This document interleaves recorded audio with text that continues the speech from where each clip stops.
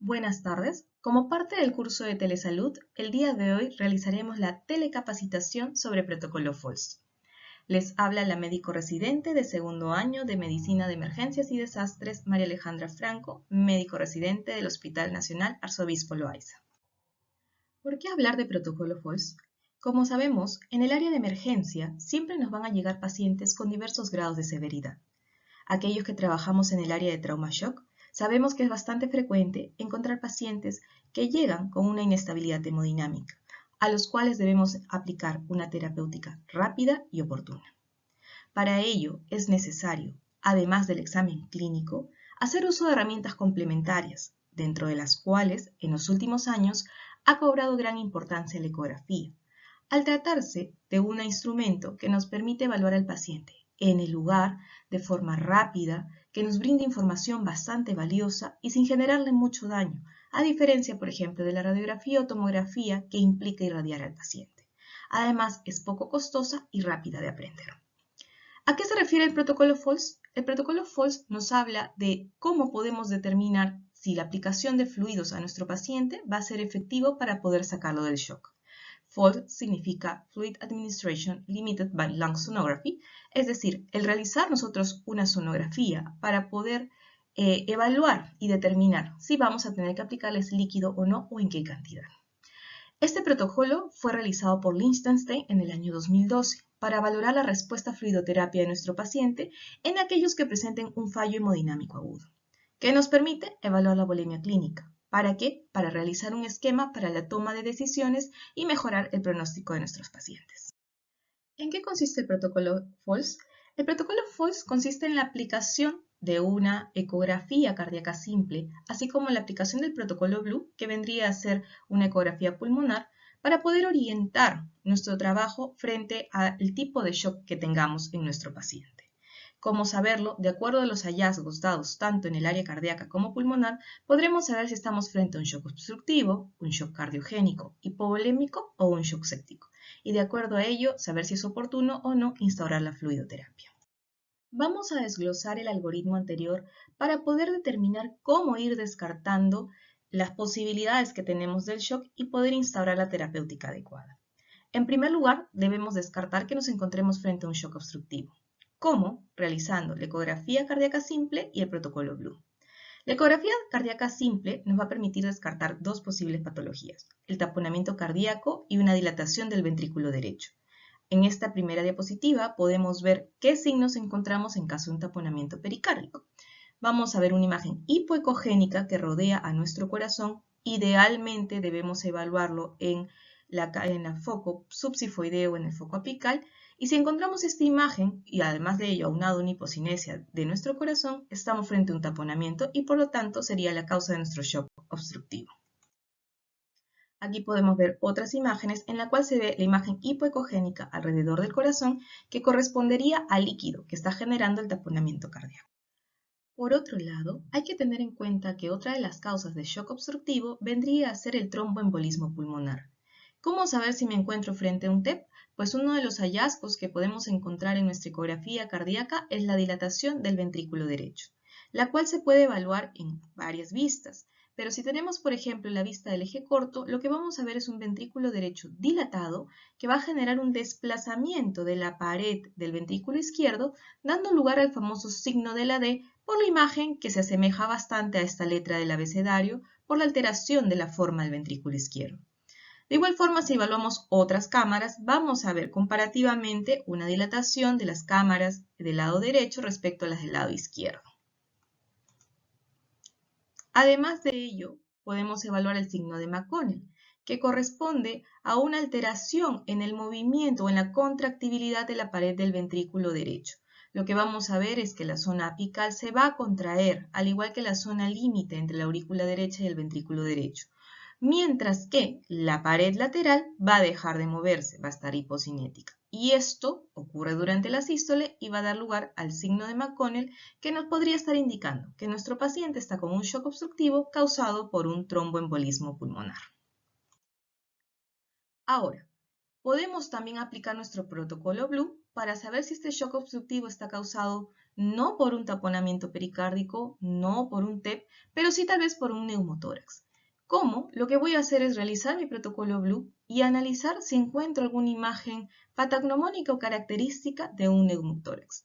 Dentro de ello puedo encontrar la presencia de líneas A, ausencia de líneas B, pero sobre todo la presencia de un punto pulmonar que me indica la diferencia o el punto de corte entre el lado que se encuentra el pulmón sano y el pulmón patológico, así como también tener en cuenta si existe o no sliding. Si la pleura tiene movimiento, sabemos que es una pleura normal, pero si nuestra pleura se encuentra paralizada y el sliding es negativo, estamos frente a un neumotórax. Si ya hemos descartado nuestro shock obstructivo, el siguiente paso sería descartar un shock cardiogénico. ¿Cómo podemos hacerlo? Evaluando signos que nos puedan indicar un edema pulmonar. ¿Cómo es? Nosotros sí recordemos que en ecografía tenemos tanto líneas A como líneas B. Las líneas A vienen a ser las líneas hiperecogénicas horizontales que vienen a estar paralelas a la pleura, mientras que las líneas B, como podemos observar en la imagen, vendrían a ser unas líneas hiperecogénicas que nacen en la línea pleural y se desplazan hasta el final de la imagen. Estas líneas, mientras sean 2 o menos, son consideradas fisiológicas, pero si tenemos más de 2 y son confluentes, nos encontramos frente a un proceso congestivo. Si la estamos hallando, esta imagen, dentro de un paciente o de un contexto de un paciente con shock, estamos hablando de que probablemente nuestro paciente esté con un edema pulmonar que le esté causando el shock. Aquí podemos ver la comparación entre un pulmón normal y un pulmón congestivo. Al lado izquierdo tenemos las líneas A, que como había mencionado son líneas horizontales, paralelas a la línea pleural, mientras que las líneas B son verticales. Más de 2 de estas líneas verticales y si son confluentes, estamos frente a un proceso de congestión pulmonar. Si ya hemos descartado el shock obstructivo y el shock cardiogénico, nos corresponde ahora saber si nos encontramos frente a un shock hipovolémico o frente a un shock séptico. ¿Cómo hacerlo? En este caso, vamos a encontrarnos frente a un paciente al cual ya le hemos realizado la ecografía cardíaca y la ecografía pulmonar. Y en ecografía pulmonar hemos encontrado líneas A. Entonces, procedemos a aplicar los fluidos. Si nuestro paciente responde a fluidos y se evidencia mejoría de los signos clínicos de shock después de este, nos estamos encontrando frente a un shock hipovolémico. Ahora, no debemos quedarnos simplemente en determinar que es un shock hipovolémico, sino debemos buscar la causa de este shock hipovolémico, porque podría ser un sangrado que requiere un tratamiento inmediato para evitar poner en peligro la vida del paciente. Por otro lado, si hemos descartado el shock hipovolémico y vemos que a nuestro paciente le aplicamos fluidos y a pesar de ello no mejoran los signos clínicos del shock, probablemente nos estemos encontrando un shock séptico. Para corroborarlo, hay que tener en cuenta que hay que hacer un mapeo seriado de la región pulmonar porque probablemente este paciente, al no tratarse de un shock hipovolémico y administrarle fluidos, va a empezar a congestionarse. ¿Y cómo saberlo? Pues nuestro paciente va a empezar a presentar líneas B que previamente no tenía a nivel pulmonar. Entonces, haciendo una retroalimentación de lo que acabamos de observar, tenemos que tener en cuenta que nuestro protocolo FOIS es para determinar la causa del shock de nuestro paciente. ¿Qué debemos hacer? Ecografía cardíaca y ecografía pulmonar bajo el protocolo Blue. Ecografía cardíaca para determinar si el paciente presenta signos de un taponamiento cardíaco o embolismo pulmonar y esa sería la causa de nuestro shock obstructivo. En caso de no encontrar estos hallazgos, debemos ir a la ecografía pulmonar y encontrar o tratar de encontrar signos que nos permitan sospechar que nos encontramos frente a un neumotórax y entonces también nos encontraríamos frente a un shock obstructivo. Si no encuentro nada de ello, voy a analizar nuevamente lo que acabo de ver en mi protocolo Blue y voy a determinar si el paciente presenta líneas A o líneas B. Si mi paciente presenta líneas B, definitivamente estoy frente a un shock cardiogénico por una congestión pulmonar que probablemente ya esté en un edema agudo de pulmón. Por otro lado, si mi paciente presenta un perfil A, es decir, líneas A, lo que voy a hacer es aplicar la fluidoterapia y de acuerdo a la respuesta que tenga mi paciente, puedo determinar si el shock es hipovolémico o séptico. Aplico fluido, hay mejoría clínica, vamos a encontrarnos frente a un shock hipovolémico y debemos determinar rápidamente cuál es la causa de ese shock hipovolémico. Si mi paciente le aplico fluidos y no hay mejoría clínica y por el contrario, además le hago una nueva ecografía pulmonar y encuentro patrón B o líneas B, estoy frente a un shock séptico.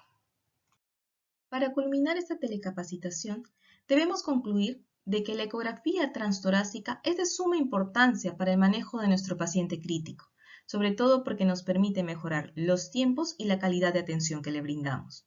Eso sí, para poder hacer útil nuestra ecografía, debemos conocer los patrones ultrasonográficos que estamos buscando y que nos permiten realizar un diagnóstico diferencial.